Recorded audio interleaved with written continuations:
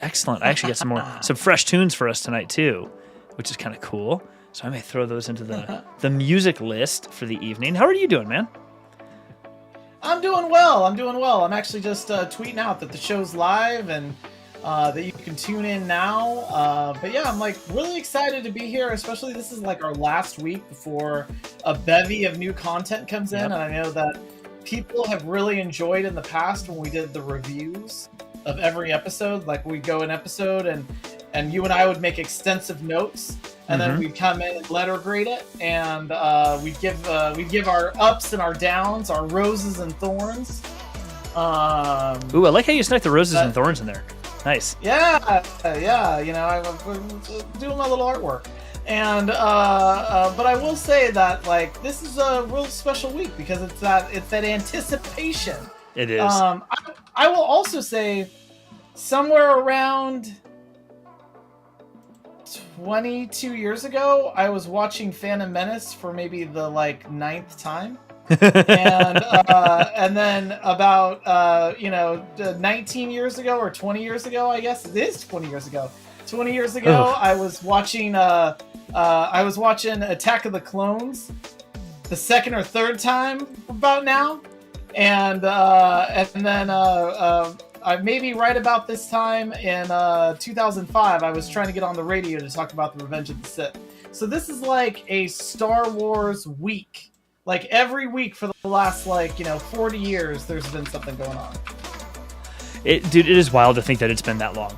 It really is. Yeah. It is surreal. Or at least that long since these things have come out. Sorry, turn down the volume of the music just a little bit. It's got a little loud there. I know it is wild that we're even here, that we're finally getting this series, and I don't want to spoil. I've got something I wanted to throw out there that's been talked about in the news recently. We'll get into that in the show, but yeah, I'm just so excited. I was like compiling all these notes and things to remember. How did I remember this character of the last, almost 40 years? Because we both started watching Star Wars when we were super young, so like not quite 40 years for me, but 35, 36 years of my life. Like it's when I think I was 6 years old the first time I saw what we now call A New Hope. So like it's most of my life, and like the fact that we're finally getting this series, and like I don't think it could have happened any other way. Like sure, it could have actually happened, but yeah, I'm actually really excited, and Rich is on, so I'll make my first Star Trek reference of the night. I feel like Star Trek's been a benefit of this, in that you now get some really cool opportunities to bring in people that through digital series, things that may not have worked as a movie, but definitely work as an online bingeable TV series. So yeah, I'm really excited because I don't think in any other time Disney would have been like, you know what, we're gonna do a standalone Kenobi movie, especially after what happened with Solo. Like they're not gonna do standalone movies like that anymore. So yeah, I think that's the beauty of this, is that we get like a really cool Kenobi story. Yeah, totally agree. All right, shall we? We've got a lot to talk about, so shall we just dive into it? Let's get to it. Let's do this. Punch it.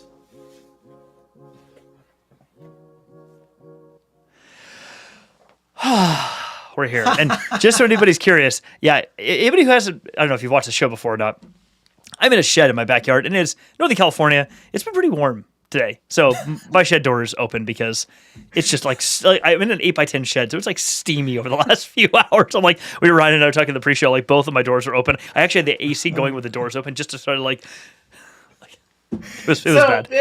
If you're not in Northern California right now, you might not know that what Jeff is saying is an understatement as to how warm it is outside. We are right up to about 100 degrees today. At least in Sacramento, that's how it was. It was hot. It was, oh darn, do I have black interior in my car hot? Yeah. My kids were running from the car to the house as if it was raining. So yeah, it was a hot day today. I guess I shouldn't complain because it only peaked at about 87 here in the East Bay. It's still more than, like, I was outside for a little while, like sitting in the backyard this evening after work, and like having just a beverage and like, I'll hang out for a little bit. After about 15 minutes, my wife and I were talking. She's like, I'm not sitting out here anymore. You can come inside with me, or you can just stay out here by yourself. I'm going inside. I have my Star Wars dad jokes right here. You know, it's Tatooine, kind of Jakku, not Mustafar yet. We're like 3 weeks away from that, and then it just gets miserable. Like, please, you know, find your. It's funny how quickly like kiddie pools disappear in Northern California around this time, because everyone's just like, oh my gosh, it's too hot. There's going to be some type of TikTok kiddie pool challenge. I'm certain that's about to pop up. So. Probably the ice bucket challenge becomes a very different thing. Now I have a moth, so that's going to be a thing. Great. Now I have a moth like right here on my screen flopping around. Great. It's probably going to fly into my face at some point during the show. Maybe that was a bad idea to open my door. Oh well. Well, at least it's entertaining. Oh, he's just going to town on my lights. Well, I have these two big LED panels up here that are my lights, and I got this 49-inch widescreen. You probably just saw him fly by. Huh. That's going to be fun. Okay. Anyway. It's a picture. It's a window, Jeff, into... Look, you could be streaming tuning in from anywhere in the world right now. I mean, it's basically a TARDIS. We're just mixing our references everywhere. I'm basically in a TARDIS, and like you just have no idea. You can't see outside, so you have no idea where I actually am. Bigger on the inside. Yes. So much bigger. Well, thanks everyone for joining tonight. We are on our road to Kenobi, and we're almost over next week. I actually did take next Friday off because, I mean, I'm going to have to just watch the show like a billion times. And it's a 2 hour, almost 2 hour like intro episode. So I'm taking the day. And just to celebrate, we were talking this before, I bought new shirts. So this is my new, I think it's called from results.com. This is a Star Wars shirt. All these are little lightsabers with little like, it's all like architecture plans for like Star Wars. I think it's like engine parts and manifest parts and all this. Like it's all like blueprints and stuff. It's super cool. I got my son one too, and I'm so jazzed. He came home for school sick today though, so he was laying on the couch, and I'm like, "Hey, buddy, I got you a shirt too," and he's like, "That's cool." that was all I got. Well, still, I think it's awesome. I love that shirt. I actually went right when you came in. I was like, "Oh, that's a really cool shirt," and I like how it's like casual cosplay. Because totally. It's like, you know, it just like works in, you know, you can wear that to work. Everyone's going to be like, oh, that's a cool shirt. And then it's like, you see, it's like, and they're like, are you wearing a Star Wars shirt? And I'm like, did you really have to ask that question? Like, anybody who knows me at this point pretty much knows if you think it might be a Star Wars shirt, it's because it probably is. It's just, that's just the thing. Well, everyone, thank you. Like, so Road to Kenobi, almost over. We're almost there. Just real quick before we get started for the night, subscribe. If you haven't subscribed please do that. Hit that big clicky thing on the screen and the thumbs ups and all the other jazz that people are supposed to say as YouTubers. We'd really appreciate it. It helps us out a lot. And yeah, we love making this content, and we want to have more engagement from everybody else. So yeah, it's next week, and what we thought we would do tonight is spend a bit of time talking about all that content, whatever it happens to be, whatever medium it's been delivered in for the last 35, 40 years, maybe longer. Maybe longer? No, not longer. 35, 40 years. I'm going to just say that. My math is terrible. The things that you could consume that would give you a better idea of who Obi-Wan Kenobi is, who he's been, how people have envisioned him, everything. Whether it be legends, current canon, it doesn't matter because, at least in my opinion, every part of how we've learned about Obi-Wan, whether we consider it legends or not at this point, does contribute to who we see Obi-Wan Kenobi as now and who we're going to see him as next week. So even if we're not touching legends, yes, you may not, but Filoni and Jon Favreau and everybody else is influenced by that content because they probably did consume it and they read it, and that has influenced their view on the character. And likely we're going to see elements of that show up next week. So tonight we're going to go through kind of our top list of things to go read and watch and all that happy jazz before next week, so you can get yourself ready to watch Obi-Wan Kenobi next week. Yes. I'm really excited about this. I wonder how much both, because Jeff and I made our lists independently, and I wonder how much we might talk about movies. I will say that I found an obscure reference that is definitely in Legends, but has always kind of fit with my idea of who Obi-Wan is. I was sharing this with Jeff before the show started. back in the 1970s, when there wasn't that much Star Wars content that was available, and the movies had just come out, and Marvel Comics had optioned Star Wars and had built all of these comics, and actually did a comic version of the whole movie. You can actually find the entire movie as a original Marvel comic from 1977, and they actually, I think, used the shooting script. So there's things in that movie that in that comic book that are actually like retconned by Empire. It's hilarious. But one of the cool things is that after the movie came out, Marvel was like, oh, we'll keep writing Star Wars stories. And so then they did like Splinter of the Mind's Eye. They had all these like crazy Han Solo adventures. Giant green bunnies are involved. It's hilarious. But they did a entire comic book run on this Obi-Wan on a intergalactic cruise. And it's a young Obi-Wan, and he's kind of a Poirot type. I just realized and I feel stupid, Jeff, that I didn't realize it until this very second. It's Murder on the Orient Express. I just realized that's what it is. It's Murder on the Orient Express. I was about to say, yeah, he's got to solve a murder, and it's very difficult for him because it's like, you know, everybody's kind of a suspect, and then I'm like, oh man, it's Murder on the Orient Express. But what's great about it is the Obi-Wan character to me was always a bit of like kind of a loner. Alec Guinness kind of plays him very highbrow, but he almost has this aura about him, like he's got some type of secret knowledge, that he's separate from everyone else. And that's how he's portrayed in this comic book series. And he's a detective. And I always kind of liked that idea of Obi-Wan, that he's this like really smart, very astute, but very aloof person that he can't fit in normal society. That's why he's a hermit out in like the desert. That's when I was a kid. That's what I used to think about it. That Obi-Wan was that kind of like, he was better by himself anyway. That was my idea of Obi-Wan. And so I always liked that comic book because the reason what made him such a great detective, which again, this is what makes Poirot such a good detective in Agatha Christie mysteries, is because the Obi-Wan character is like an observer of humanity. He's separate from humanity. Mm-hmm. And so that's why I thought, I like that. And that's what I thought they were trying to do in Attack of the Clones. Because Obi-Wan goes off and does his own detective story, goes to a local Mel's Diner, talks to a cook who sends him to Camino, and then he keeps, and he's always like on the case. I liked that idea in Attack of the Clones, and I liked that idea in this comic book run, because the thing I always thought about Obi-Wan was he doesn't fit in with the rest of us. And that's kind of what I think is a fun thing, if you can find it, and it's actually available in the Star Wars Omnibus, or if you want to see Obi-Wan as a detective, you could see it in Attack of the Clones. But I like that concept for the character because he is so separate. Mm-hmm. From what we see in the trailer, he's separate and alone, and what we see in the movies, he's separated from everyone and alone. I love that. And actually, it echoes a book that I was going to recommend here in a second too.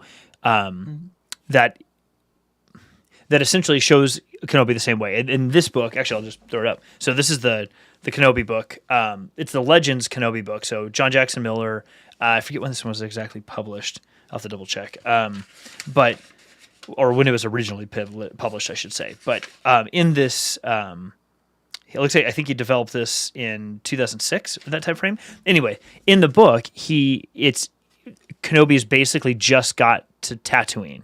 He's trying to set up a homestead in an old building, a home that no one's kind of someone abandoned. He's trying to set up a homestead, and he ends up interacting with some people, and he's trying really hard not to.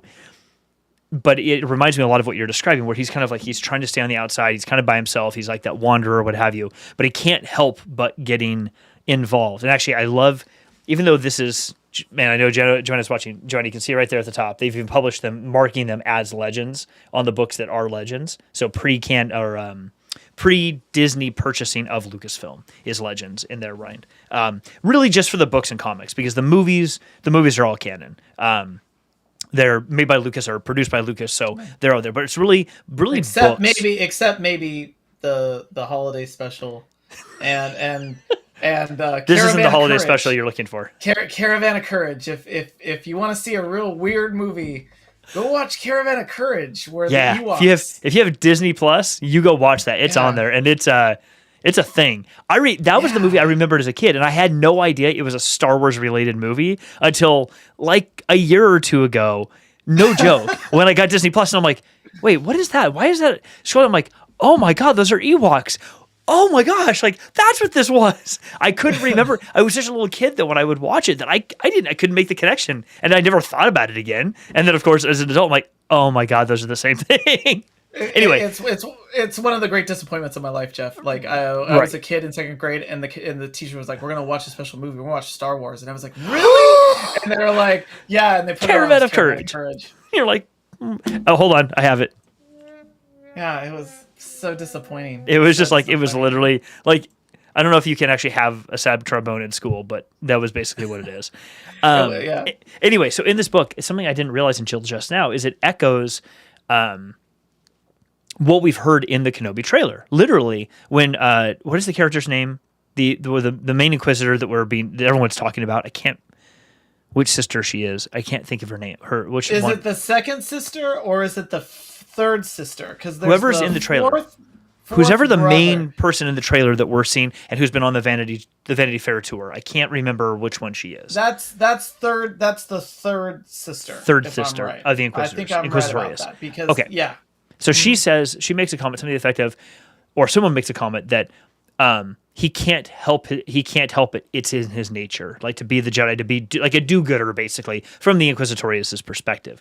And I love this book because it outlines that exactly. Like no matter what he tries to do, even to stay out of it, he can't help but get involved because that's who he is. Like even when he knows he shouldn't, and he knows he cannot be a part of this. He can't just stand idly by and watch people get hurt. Even if he doesn't draw his lightsaber, he just can't do it. So if you get a chance, drop again the name of the book you were talking about. Oh yeah, so you can actually find the story that I'm talking about, and you can find a really cool collection of pre like Disney canon. It's all legend stuff now, and in fact, you can actually find the original copies of this in your local comic book store. But if you go to Amazon, or if you have a Marvel account or anywhere else, just look for Star Wars Omnibus 1. And that is a collection of all of the comic books that ran, I think, from 1977 through 1979. And it's comic book adaptations of some of the great, like, forgotten tales of Star Wars.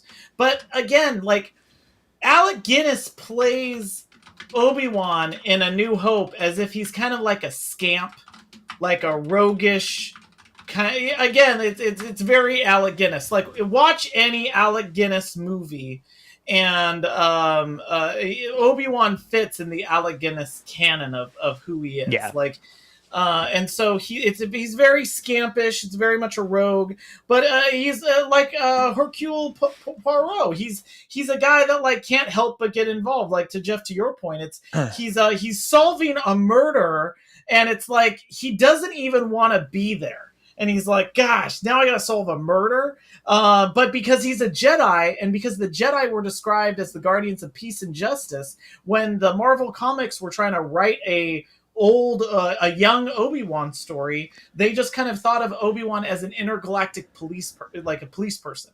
And, someone who had authority to solve crimes. And it's really cool. He's dressed all in black, because apparently police in a galaxy far, far away are also dressed in black. Because of course. No other color. Nope, no other color. No, it has to be that. Okay, so there's two for everyone. I'll drop my book here in the chat. I put the omnibus in the chat for everyone watching, so if you're curious what Ryan was talking about, it's right there. And I know I'm linking Amazon because it was the easiest thing to find, but absolutely prefer, if you can, find these at like a local comic book shop, a secondhand store, go to like a Half Price Books. Any of those other places too would be fantastic options as well. Amazon, just so you can get an idea of what we're actually talking about. Ryan, so what's your next recommendation? Okay, so my next recommendation is it's also a bit of an obscure find, and it's not to discount the larger Clone Wars series, and we've talked about this in the past. But it is the Getty Tartarovsky. I'm probably Tartakovsky or something like butchering. that. Yeah. Thank you, butchering the name. He did Samurai Jack. It's the same animation style as Samurai Jack and Dexter's Laboratory, and it is amazing. It is a small multi-part series it's split over 2 seasons. The first season is 10 episodes, and it's all 2-minute episodes. And then the second season is 5 10-minute episodes. And so altogether, you end up watching like maybe, I don't know, about an hour and 15 minutes or hour and 20 minutes of content. But it is a storyline that is that it's great. And it tells Obi-Wan and Anakin during the Clone Wars. And the first part of the story is almost immediately after Attack of the Clones. And so you see a young Anakin and a young Obi-Wan. And the thing that I like about this series is the young Anakin and the young Obi-Wan in the first season of this, and again, they're all 2-minute episodes. It's super easy to watch, 2-minute episodes. They still have this like kind of antagonistic relationship. It's older brother, like 15-year older brother to younger brother, you know? Yeah. It's like, you're reckless. But what's great is you see Obi-Wan in the character that they tried to position him as in the prequels, which is as more of a deliberative thinker, a negotiator, someone who's trying to find alternatives or different pathways. He has to fight a bounty hunter. There's an army of IG units that they have to fight. It is really, really cool, and you get to see Obi-Wan and Anakin, and they're kind of like Obi-Wan trying to guide Anakin being a hothead, getting in way over his head almost immediately, and then coming to Obi-Wan and saying, I was wrong.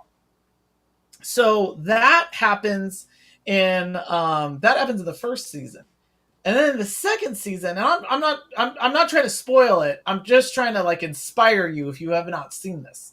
And in the second season, you actually see a different Obi-Wan and Anakin relationship. And this is where now they're older and they have a greater amount of trust with each other. And you see them as brothers. You see them as, and in fact, in the first episode, that's exactly what happens. Anakin is still mad at Obi-Wan, and then Anakin is promoted to become a Jedi Knight. And I'm not even going to spoil how that happens. It's amazing. But then immediately you can see how when they are then both knights, Anakin and Obi-Wan together, there's mutual respect. And then the two of them have these amazing exchanges in dialogue. And then you see the Spock and McCoy of it all.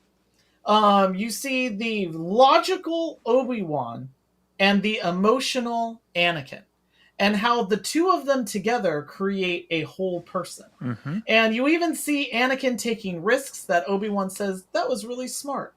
And then you see Anakin trying to deal with a decision and going to Obi-Wan for advice.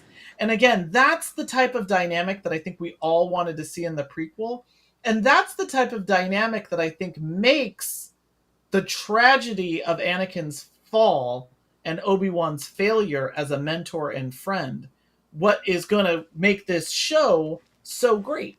So again, it's really simple. It's animation, and I get it. That's not everybody's cup of tea. It's called Star Wars Clone Wars, not the Clone Wars.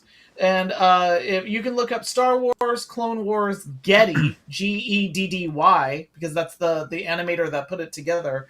But it is some of my favorite Star Wars, and it is really easy to watch. And you also get some really cool stories of things that are happening elsewhere. Like, all the stories are great, but I think you get a lot of good background for Anakin and Obi-Wan.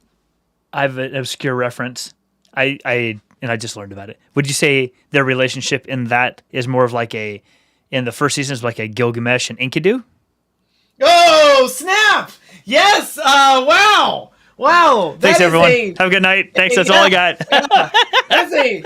That is a deep reference. Mm-hmm.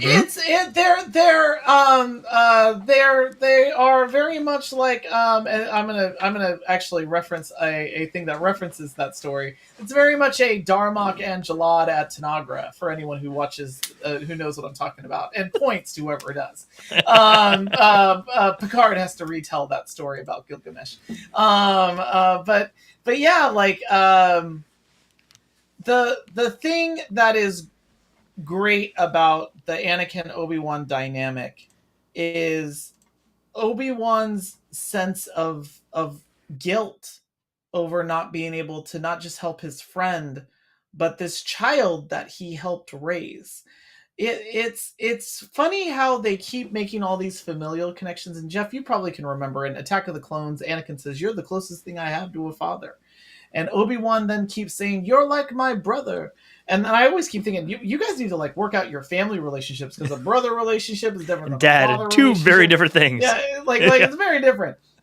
I'm your best friend. No, it doesn't work. You guys need to like sort it out. You can't be a parent and best friends. That's not how that works. Exactly. That's where failure happens as a parent.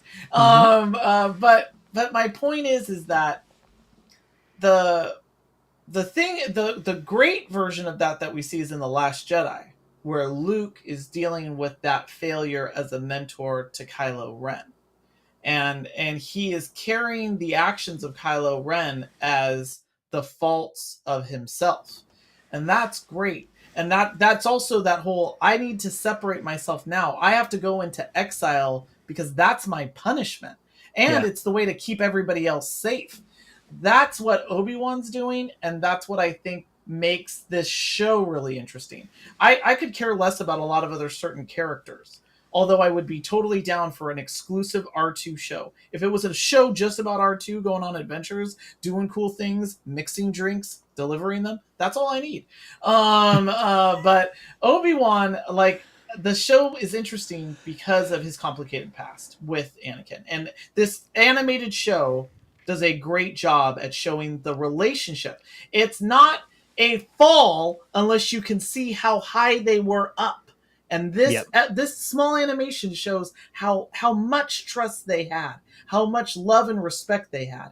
Now it's a fall. Yeah. Now it's devastating. It really is a good series. If you haven't watched it, and for everyone listening right now, if you have Disney Plus, as of March of 2021, you can watch the Genndy Tartakovsky's Clone Wars on Disney Plus, but I think you could probably even find them on YouTube and other places too. So yeah, to Ryan's point, definitely go watch them. Even the first season is really entertaining to begin with, and you learn a lot about their dynamic. But yeah, I agree with you. The second season is, I don't want to say it's more impactful, but it tells a more relevant story in the lead up to the Kenobi series next week, I think. Yeah. And I'll tell you, Ghost Hand, Nelvon Warriors, the Mother's Whale.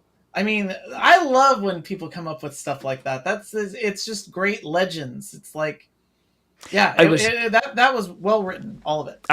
I think you know what that you actually just made me think of, a little tangent, is I sent you this TikTok I think a few weeks back, and I'll bring it up again because it was awesome. It was somebody, the creator basically said, he was responding to a comment or stitching a video, and he said, "I love Star Wars nonsense." And I'm like, what do you, I'm like, my first reaction was to be like defensive, like, wait, dude, what do you mean nonsense? And then he said, but let me explain. I don't mean nonsense in like a denigration sort of way, like putting things down, not like, oh, this is utter nonsense. Of course it is in sci-fi or science fantasy. But what he meant is like these bits of nonsense that make it interesting, that tell you there's like a backstory to everything, but you don't need to know it. You just need to know that there is something else. And the example that he used was the scene from the Solo movie when they're flying, and he says something to Woody Harrelson, and he says something like, "They're on us like a Gingerson's pelt," and he's like, "I don't know what that means. They're on us like a like," and he said he has two references, and finally Solo's like all quiet. He goes, "Well, are they on us or not?" And he's like, "Yes, they're on us." But he makes these two statements. That any viewer doesn't get. But there's a fourth wall sort of not breaking, but like bumping up against when Eldon Aldrich's character as Solo says like, What are you talking about? I have no idea what you're talking about." And it serves, I like it because it served kind of two purposes for that character, but it's what you're referring to. It's these bits of nonsense for his character serve the purpose of like just being funny, but also kind of like showing the backstory, but it also served a purpose of like showing that Solo is not the well-versed traveler he likes to talk about as a kid. It's not till later that he is. But I like the idea of that nonsense, these things that don't really matter in the grander scheme of things. But when you hear them, they're like, wait, but what is that? What does that mean? Well, you're never going to find out. There's nothing we're going to tell you about that. Just know that it refers to something that gives you the sense that the world building has actually happened in this story. There is a world outside of the thing you're viewing right now. You may not ever learn what it is, but there is one. And so even if it's subconscious or subtle when they say it, it makes you as a viewer feel like there's more to this.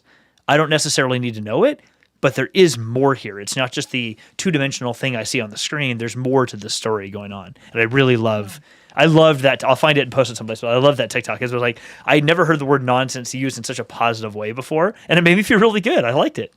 No, it's world building. It's like Clone Wars. Like, the reference to Clone Wars is just dropped casually in Star Wars, in the original Star Wars. And Luke just says, oh, you fought in the Clone Wars? And that's little bits of that, and it's like no one even had the background. I remember when I was a kid, people used to say, "Oh, Obi-Wan's a clone." Obi-Wan. There was probably an Obi-2, Obi-3, Obi-4, and I thought that was like silly when I was a kid. But people made up a legend for what those things were because it just helped to build out the world and flesh it out. Yeah, well, that world building out a world makes you feel like you could be a part of it. When a story no matter how interesting it is, feels superficial because there's nothing behind it, it's hard as people to get into the story. And I don't want to put down any particular books. I don't want to make anybody feel like reading something is bad or good or what have you. But I felt this way, and this is just opinion alert. I don't have an opinion alert thing to go on the screen, but opinion alert. The book The Alchemist. I've had it recommended to me over the many, many years. And I've never wanted to pick it up because I just didn't know anything about it. But one day we were at the library and my son was looking at some stuff and I found it on a shelf. I'm like, oh, okay, I'll read some of this. And I got some number of pages into it. And I'm like, this just feels like it's leading into a self-help book. And I don't know anything more than that. I stopped, so I don't know much more than that. But I will say that I just realized that I think the reason why I had a hard time is there's nothing behind it. There's just this linear story being told about one character, but any interaction the character has, at least for the first bit of time in the book, there's no behind it. There's just the linear interactions the character has. It's very clearly leading you to a conclusion to teach you a very particular lesson. So for that purpose, I'm sure it's fantastic at that. But from a story perspective, I was reading it like a story because I didn't know. And I get some period of time into it, I'm like, this is the least interesting story I have ever read because there's nothing here. There's just this one person doing one thing and that's all. I'm like, that's not a story. That's a tale. And that's fine. But anyway, it made me realize that just now that when you don't have those little bits of call them nonsense or whatever that subtly tell you that there is a world behind the thing that you are reading, it's really difficult to get into the story as a story. Not a parable, but a story that's just being told for the sake of a story. It's really difficult to get into that. But I'm glad you brought up the Clone Wars because the reference I was going to make, or two references, but one I'll start with is in the Clone Wars, I was going to jump straight to the Mortis arc, but instead of doing that, I actually want to go to there's an episode, I believe, in the short miniseries they did, I think it's in season 1, where they're searching for Jabba the Hutt's son. And it's Obi-Wan, Anakin, and Ahsoka. Ahsoka has to do some stuff, and it moves around a bit. And there's a scene in there where Obi-Wan confronts Ventress for one of the first times, at least that we see. I don't think it's the first time, but it's one of the first times. And they confront each other, and they're dueling throughout this big temple tower, huge open space, and they're dueling. But the banter between the two of them, I've rewatched that episode so many times because she very much talks to him. They're like viciously flirting with each other. Like it's not flirting that's going to come to a positive outcome. It's that if it concludes the way that not Obi-Wan, but the way that Ventress hopes, Obi-Wan will be a little bit unlived at that point. So it's not really, it's a different kind of flirting. It's a little sadomasochistic, so to speak. But I love the interaction because the rest of the Clone Wars, that happens near the beginning of the whole series. When we watch the rest of the Clone Wars and hear things about the great, the negotiator, and we hear that term used for Obi-Wan, and we see his character as sort of like this serious, that sort of dry sense of humor, but he's always kind of being a bit witty, but he's being subtle about his wit. You see that come out in this duel with Ventress, where even though you watch him, he's not really trying that hard in his fight with her. She clearly is, but he's not. He still sort of like plays around the edges and dances. And I think that's a really interesting corollary to the last time we saw Obi-Wan, because even though he was intense with this fight with Anakin, he's never, especially when it comes to fighting, he never fully commits to a fight. And I think that's really telling about the character, is that he wants to help, but fighting is just not something he ever wants to do. It's not part of his genes. It's not part of the person he is. And I love that episode specifically for that particular scene, because it's so fun to watch the two very different types of personalities connect, yet also butt heads.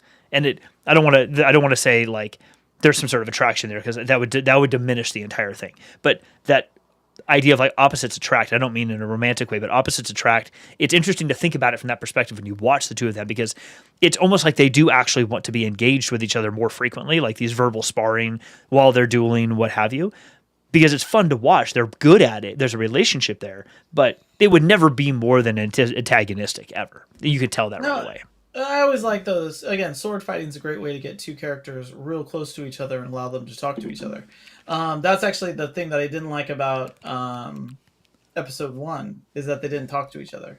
Like I liked that Dooku when he, especially in episode 2, fights with Obi-Wan and Anakin, and he's like goading them on, and even Yoda, he's goading them on, and surely you could do better.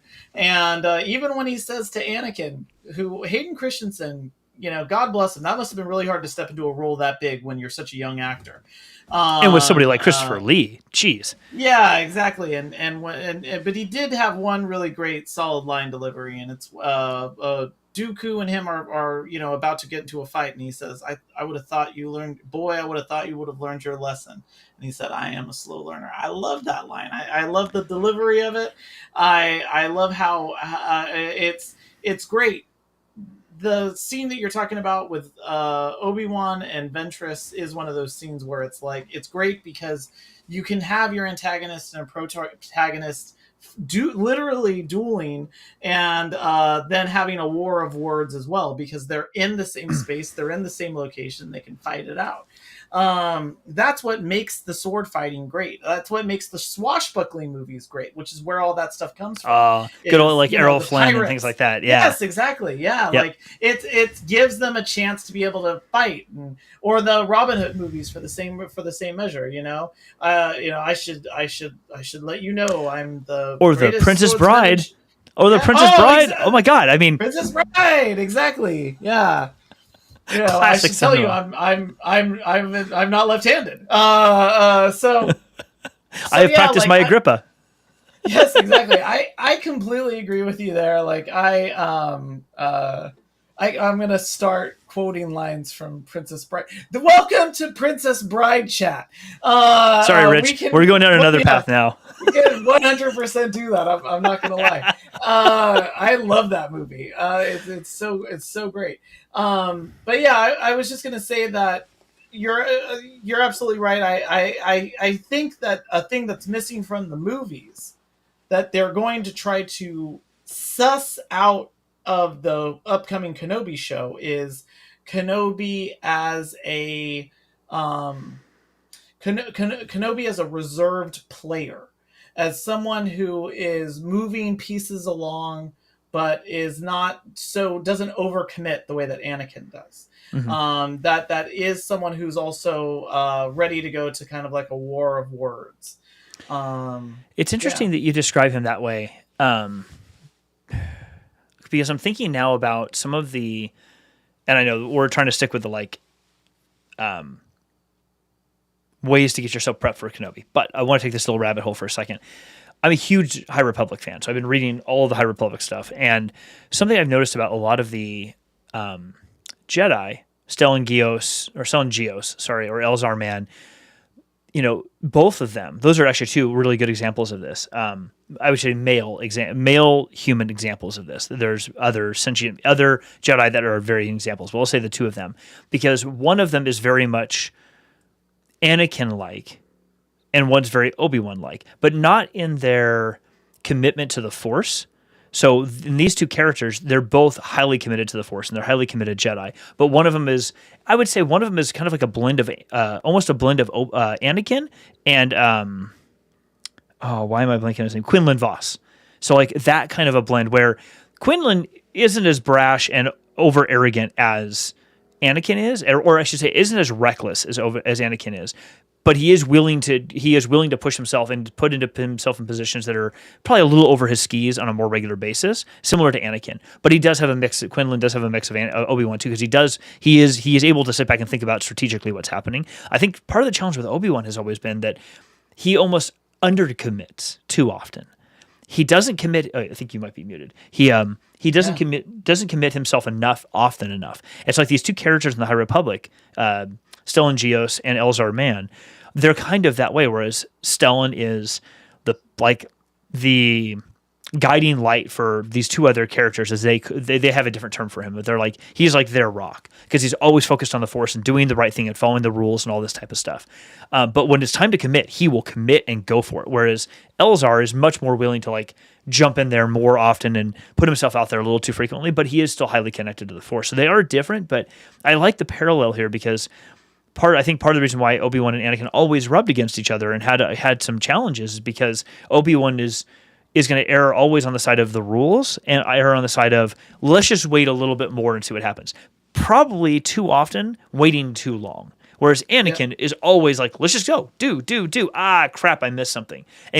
But continues to repeat that behavior. And so they're not even close to each other in the middle in that regard. They're almost like a neutron star, where they're kind of spinning faster and it's causing them to separate from each other a little further away. They still have the same base as each other, that they believe they have the same base, but their approaches are becoming more and more distant from each other.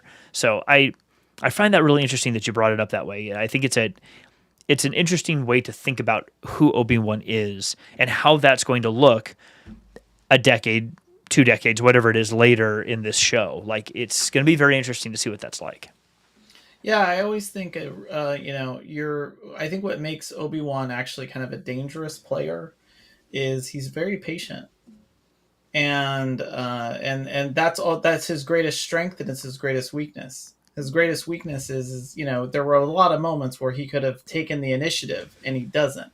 I think Anakin. I don't think we should leave Anakin alone right now. That's taking the initiative. He's his best friend. He could have said that. There was so many different things he could have done. I know that he goes and visits Padme before everything goes crazy on his mission. And he says, hey, was Obi-Wan here? Yeah, Obi-Wan came by because he was worried about you. These are all great things, but Obi-Wan's too patient sometimes, but his patience pays off obviously in other times, spending 20 years on Tatooine. And to that point, I did want to bring up two things for anybody that's listening right now that is thinking, wow, well, I'd like to watch this Kenobi show, this Kenobi character. And last week we talked about how Obi-Wan Kenobi could be the secret villain of this, the Dumbledorian-like villain of Star Wars. The anti-Gandalf, the Saruman, if you will.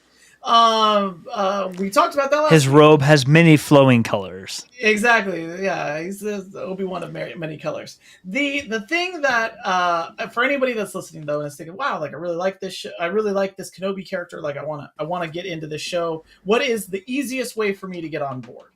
I will say that I've put a lot of thought into this because there are a lot of movies you could watch. There's a lot of different content that you could get into.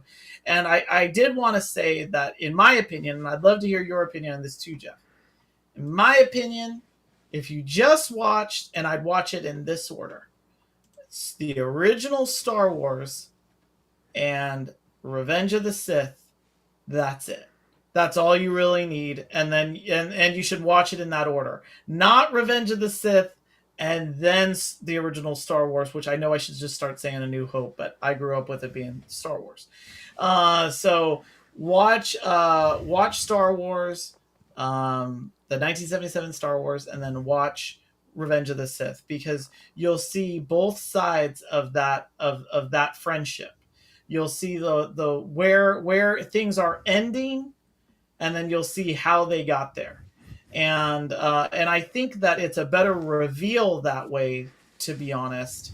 Um, there is some really great lines about their relationship, because it's in Return of the Jedi. If you want to just jump to Return of the Jedi, if you really want some extra credit, you can go and listen to Obi-Wan while he's talking to Luke on Dagobah, and he's got some really great lines, which honestly I could just give them all to you right here. When I first knew him, Anakin was a good friend. But the thing that I would watch for the purposes of getting ready for this show, if you had to sit down and watch two things, watch Star Wars and see a man who is at the end of his rope, the end of his tether, but obviously still has some pieces on the board and is trying to move them in ways that will ultimately redeem not only himself, but potentially save the universe. However terrible the way he's doing it is, manipulating. And then see the other side of it, which is the tragedy of two good friends, of loss. It's Hamlet like. In fact, it's funny because I have Star Wars by William Shakespeare behind me, which is Star Wars translated as if William Shakespeare wrote it, and it's great. It's great. Awesome. I'm an English major, so I loved it. But it's it is Shakespearean Revenge of the Sith, because it is like Hamlet in that Anakin's road becomes bloody, and his friend can't help him, and yeah, it's just incredibly sad, that story, but it only works if you know the context of it first, and then you watch Revenge of the Sith, in my opinion. I completely agree. When we were talking the last time about, it came up in one of the last two episodes about of this show about the order in which to watch the movies, all nine of the three trilogies, and I had brought up that my preference would be to watch the original trilogy, and then actually watch Force Awakens and Last Jedi. And then if you want to, go back and watch the prequels. And for the same reason, for this reason, I will agree completely with you on your order. Watch Star Wars and then watch Revenge of the Sith. And I'm with you, because you could actually just kind of watch Star Wars. And if you wanted to, you could stop right there and say, who is this? And just really, more than anything else in Star Wars, pay the closest amount of attention to the scene from the point that Luke meets Obi-Wan for the first time, Old Ben, when he saves him from the Tusken Raiders, specifically over to his house and that interaction within his house before they leave to go off and do the next part of their hero's journey. While they're in his house, pay attention to that scene, because everything that is said in there is almost the basis for basically everything that we know about Star Wars at this point. Like every story thread you can think of, from the Clone Wars to Rebels to all these different things, in some way is mentioned in something that Alec Guinness says in that scene, that you could then say, oh, that's where the Clone Wars started. Or that's where the Clone Wars idea came from, or that's where this other thing came from, or this is what the Force is, or wow, who are the Jedi? This is where that started. Like the High Republic now, like has its origins in that scene right there. And then if you want to, I'm with you. Beyond that, if you want to learn a bit more about, but why? But why does he feel this way? The way he does, the way he's saying things now. You watch Revenge of the Sith, and to your point, you will then gain a much greater understanding of how he got to become that Obi-Wan later on. I will add one additional piece to all of this. That is, I love the animated shows. I adore animated in general, but specifically for Star Wars, I love it. Resistance, I never got into. I've mentioned that on the show before, but I know that it does its story magic, and that's good.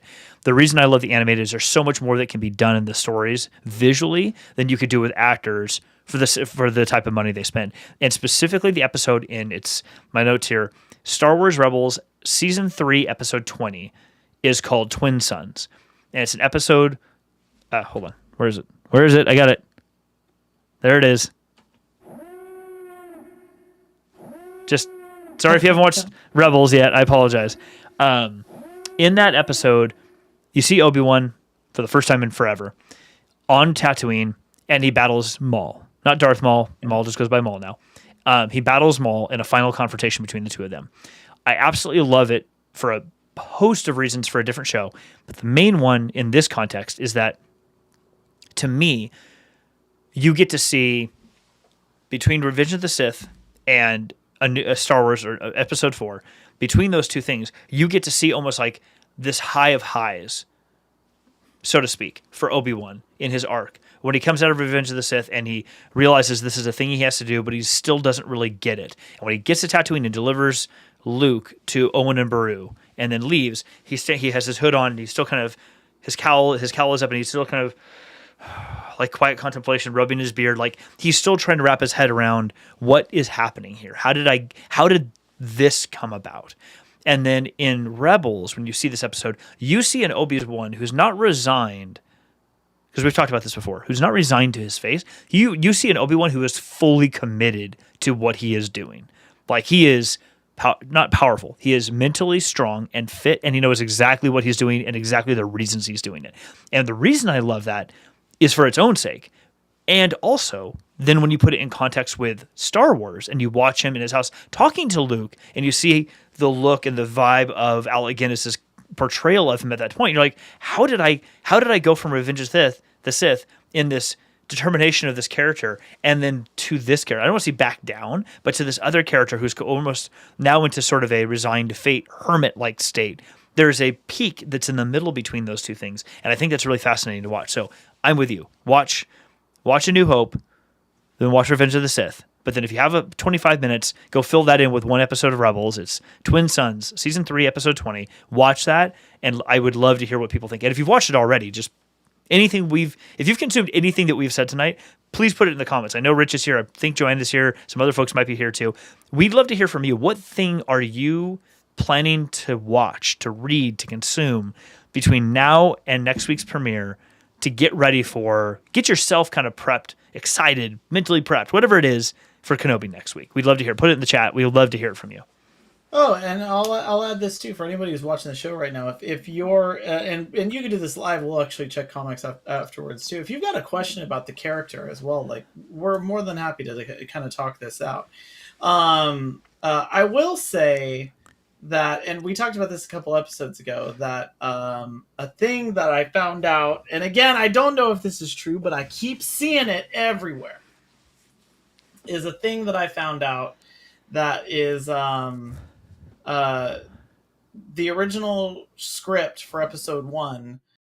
Obi-Wan was the mentor, and Qui Gon was the apprentice. Oh yeah, you did mention that. Yeah, and I loved this idea that the big switch at the end was that Liam Neeson was hired to be Obi-Wan, the older mentor, and Ewan McGregor was hired to be Qui-Gon, the young apprentice. And this is also one of the reasons why, by the way, if anybody's ever watched Episode 1, you'll notice Qui-Gon doesn't get a first name until he's on Tatooine in Anakin's house. I mean, it's like an hour and 15 minutes into the movie, and one of your main characters finally gets named. It's terrible, but it stems from a bigger issue, which is Liam Neeson was originally going to play Obi-Wan, and when he dies, I'm not spoiling a movie that is now 20 years old. He doesn't make it, everybody. Qui-Gon's not around. So Qui-Gon, when Qui-Gon dies, exactly. When Qui-Gon dies, by the way, they spoiled that movie on the album for the when the soundtrack came out for Episode 1. On the back, it says the death of Qui-Gon. There's a song called The Death of Qui-Gon. And my friend Chris Noyes saw that before we went into the movies, and it was rough. And so Qui-Gon, Obi-Wan, Liam Neeson's playing Obi-Wan, Ewan McGregor's playing Qui-Gon. Liam Neeson dies, and then the character that's played with Qui-Gon, the character being played by Ewan McGregor, says, I'm going to be Obi-Wan now. I'm going to take your name as an honor of you for saving my life. And that is the big switcheroo that happens in the movie, that this character that you've been following the whole time, you're like, oh, this is Liam Neeson. Obviously, he's playing a young Alec Guinness. And no, he's not. It's not Liam Neeson. Interesting. It's in fact Ewan McGregor who's playing the young Alec Guinness. And that was going to be the big switcheroo. And you weren't going to be ready for it. But they had they were worried they had done too many reveals, because they were going to be like, haha, Queen Amidala is in fact Padme. Padme is in fact Queen Amidala. Boom, boom, boom. That to me was the lesser of the two reveals. I would have much rather had whenever you're doing a prequel, it's got to feel old but new again. And this would have been a great way to feel old but new again, which is to have a complexity like that, to mess with the audience's expectations, which is, obviously Liam Neeson, that's the guy who's going to be Alec Guinness later. Nope. Mm-hmm. It's this young kid. Oh, that's the character, and I like even the characterization of Obi-Wan, even by Ewan McGregor all the way back there in Episode 1. Again, it's they were very careful in how they were building that character, even then, as bad as Episode 1 might be, and I don't think it's that bad, but as bad as people think it is, it's a lot of really good characterization moments in there for Obi-Wan. Yeah, I totally agree. So since we're coming to the end, some honorable mentions.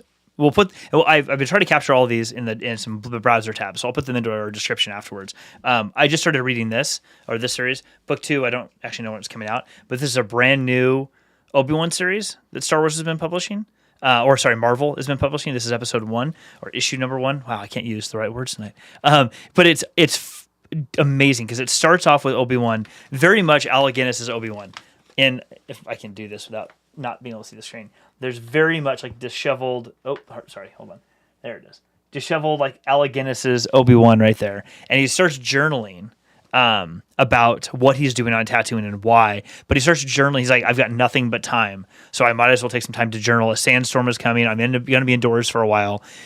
And he starts journaling. The first thing he starts journaling, which they detail out in the rest of this book, is Obi-Wan as a kid on Coruscant. With a friend of his who is trying to make a decision. And so they kind of go off on their own. They leave the temple for a little bit to go do something. And what's interesting, actually, I didn't even realize it until I sat down tonight, is if you see the picture here of Obi-Wan, and then I think they might have used the same artwork. I'm not entirely sure, but even though it's a legend, one's legend, one's not. I think they just pulled back some old artwork to do. But anyway, it's a really good book. If you haven't picked it up, go find a local comic book shop, pick up this copy. I don't know how many will be in the series or the run, or even when the next one comes out. But issue number 2 may be out already. I have to go check my pull list. But it's really good because it starts to set the stage for you of like who Obi-Wan actually is. Like various points in his life as a kid, seeing him now as Alec Guinness as Obi-Wan, but then as a kid. So I'm assuming that we're going to see more of these come out and more subtle points about his life over time and what made him who he is today. But things like that I think are amazing. The other book that I'd highly recommend if anyone's not read it yet is Master and Apprentice, story of Obi-Wan and Qui-Gon together. And the two of them, here, I'll do it one more time. Spoiler warning. Sorry, everybody. The story basically centers around the two, Qui-Gon and Obi-Wan, struggling to be a master and apprentice. They're struggling to work with each other and all these things. And then Qui-Gon is offered a seat on the Jedi Council. But the bad part is somebody else tells Obi-Wan before Qui-Gon can. And you can imagine what it's like to have your parent figure or someone else. If you're about to learn your parent's going to bounce on you and take off, but they didn't tell you, someone else tells you and they're standing next to you, it's like the worst possible thing that can happen in a relationship. So it's a great read because by the end of it, it sets the stage for who they are when we see the Phantom Menace. But it's a fascinating read because it really does give you a better idea of the relationship between the two of them, which develops out who Obi-Wan is. Oh, and also, if you want to better understand why Obi-Wan makes all this smart-ass comments about flying is for droids and all that type of stuff, you need to read this book because it'll tell you exactly why he makes those comments. Like literally, this book explains to you exactly why he hates flying. I like there that. You go. I like that yeah, a lot. it's fast. That's a subtle story element, but it's definitely something that gets tied off. So. Well, I like that you brought up your honorable mentions. I've got another comic book that I will also bring up, which is the Anakin and ObiWan comic book, which is a young Anakin and a younger Obi-Wan that are sent on a mission, and the two of them come to they are at odds. And it is a really great story, and it also deals with the ramifications of Obi-Wan is like in his early 20s, and Anakin's like he's in his mid to late 20s, and Anakin's like almost a teenager. This is problematic because, and by the way, like, come on, Jedi, like, you guys need to have like a better HR system.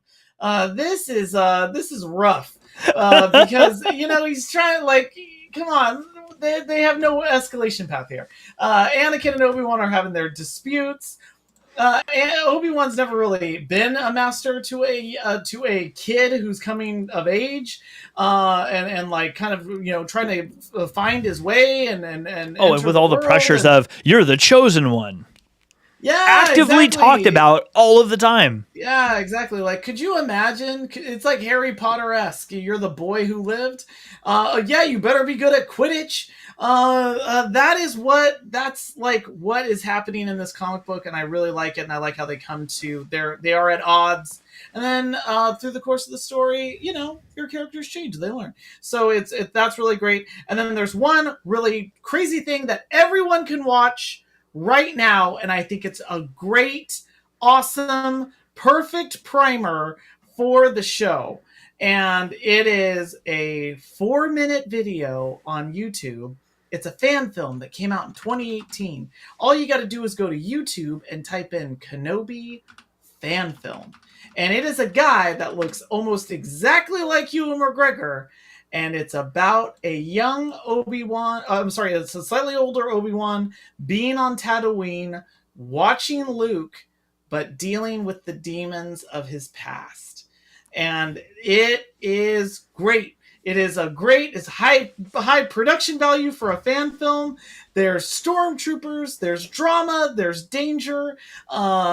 It's awesome. And it's 4 minutes long. And if the Disney Kenobi show is 1% as good as this fan film from 2018, we're in for a really great ride. Mm-hmm. So if you want a 4-minute primer on what this show is going to be like, check out that fan film, Kenobi 2018 fan film on YouTube. There we go. I don't think we can do any better than that tonight. Well, listen, everyone, thanks for being here. The road to Kenobi is almost over. The premiere is next week. It's going to be awesome. I'm taking the next day off because, science. We gave you a list, I think a pretty good list tonight of stuff. There's obviously so much more you can go consume, and the list is huge. Like almost the entire, basically all of Star Wars: The Clone Wars is Obi-Wan Kenobi and Anakin. Like, it's not all of it, but for the most part it is. But there's everything you could watch. But I think this is a good list for you to go dip your toes into the water of who is this person, who's this character, how did we get here, what might we expect to see, or at least be inspired by. The producers, the directors, everybody have been inspired by when they created the series. And I'm really excited that this is going to be a point in time. They're not going to do, we'll bring him back for another run. No, we don't need that. Like, everybody might want it.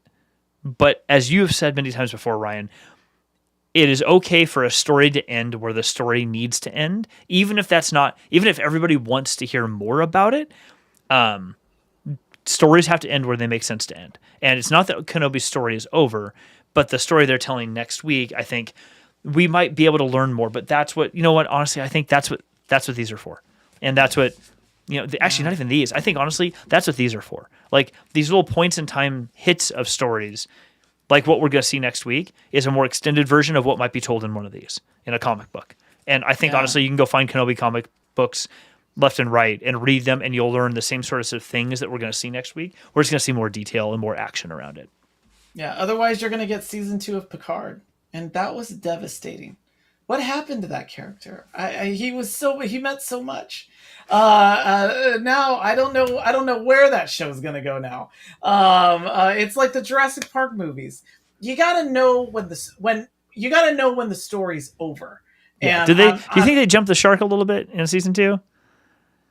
oh man, I mean, okay, another show. Is that another show? Yeah, that's another. Yeah, man, that's another show because I gotta say what I'm excited about, and I hope everybody's gonna be able to tune in next week because we're gonna be watching the show every single week, and we're gonna be able to give everybody kind of again our read of the episode. Yep. We're gonna come in with notes. We're gonna come in with our reads, just like we did with Book of Boba Fett. So we're really excited to mix it up on this. But oh my gosh, has Star Wars made good moves where Star Trek outside of Strange New Worlds? Everybody, please watch Strange New Worlds. It's amazing. But man, that Picard show, you got to know when a character's at the end of the line. There's a great Star Trek episode, and it's titled "All Good Things," and that's I think a good lesson to learn is that all good things, they have to come to an end, just like this episode. So. Yep, absolutely. Well, listen, everyone, thank you so much for being here. If you're catching this on the replay, thanks to everyone who's here on the replay. We appreciate it. Leave your comments. If you've got other things you want to suggest to anyone, put them out there. I may put up in a couple more TikToks. Well, I'm definitely going to put more up over the next week around this, and I think might even do a little series about things people can go watch. So I'll feed off of the show, get it out there. Otherwise, everyone, have a wonderful night, and we will catch you on this show next week. Hey, bye, everybody. Cheers.